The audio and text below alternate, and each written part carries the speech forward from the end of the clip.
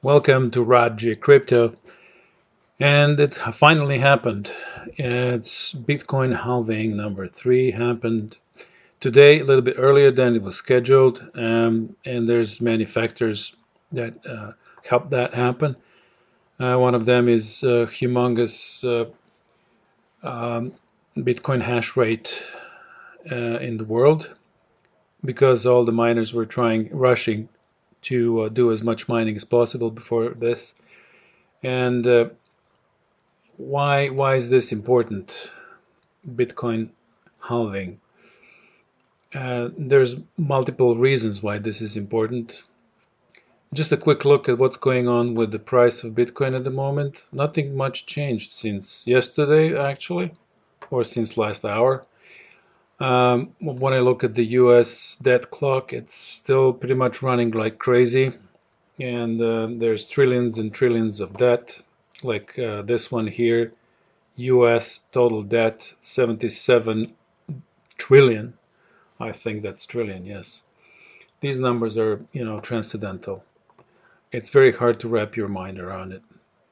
But this, as it shows here, actually is helping the case of Bitcoin, which is mathematically designed to cut uh, cut the supply, as opposed to the money printing that's happening over here. So why this happened? If you didn't know by now, oh look, this is like the next halving. It's 1,458 days and 7 hours, which is an estimate, of course, because this is gonna widely vary. The closest we get to this halving, it's gonna be uh, varied in time. The block halving event is basically after every 210,000 blocks are mined, 210,000 blocks, sorry, are mined, and this is approximately 4 years. Actually, it turns out it's like 3.7 years. Block reward halves, and will keep halving until the block reward per block becomes zero.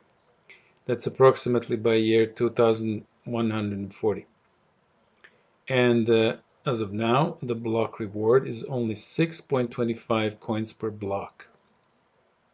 And the next halving, it can decrease to 3.125 coins.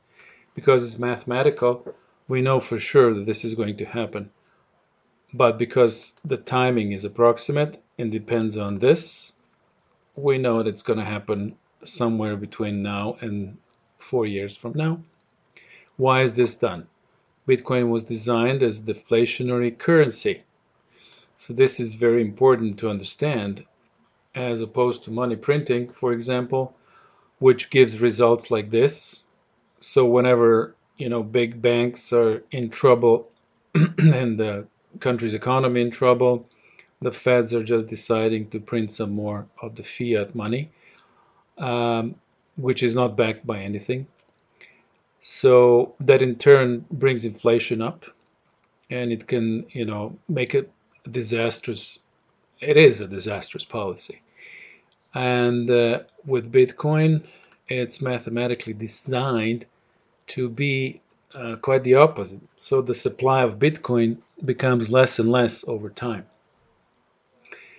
And then that means once it's out in the market, if more and more people are looking to acquire one Bitcoin or so, or more, there's going to be more demand. And yet supply is going to be less and less. Look at this, for example. This is interesting. The venues that are accepting Bitcoin right now in the world, there's 19,342 at the moment. And this is what it looks like a distribution. And you can see the Europe and North America are leading. However, South America is also coming up in numbers. And yeah, interestingly, Australia is also on that list, but not as much as Europe, for example.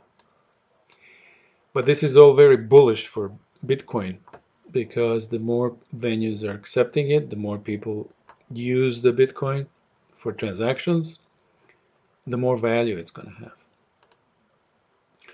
Also, to add that to this scarcity model, there's quite a staggering number of Bitcoins that were lost and gone forever due to different reasons.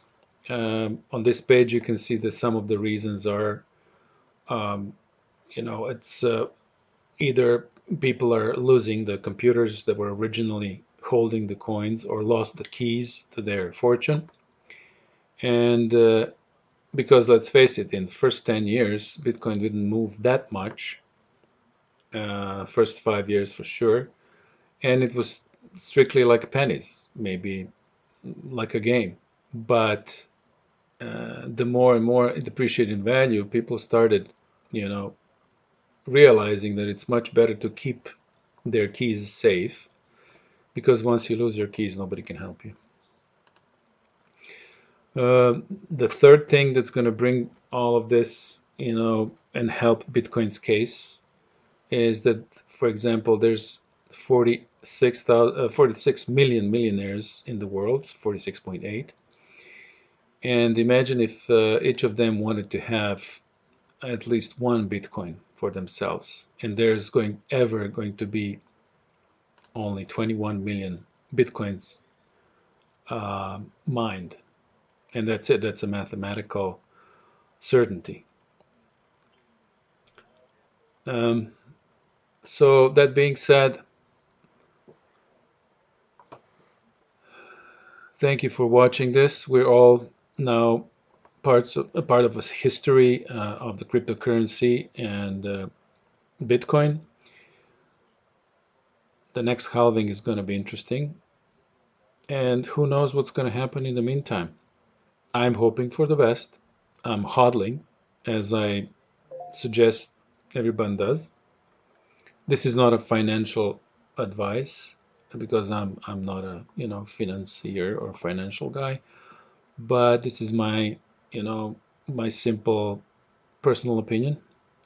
If you can get the sliver of Bitcoin, spend 100, 200, 500, maybe $1,000, as much as you can afford to lose, and just keep it for the next few years.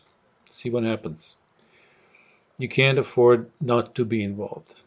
That's way too riskier than losing $1,000. All right, thanks for watching. All the best, and talk to you soon. Cheers.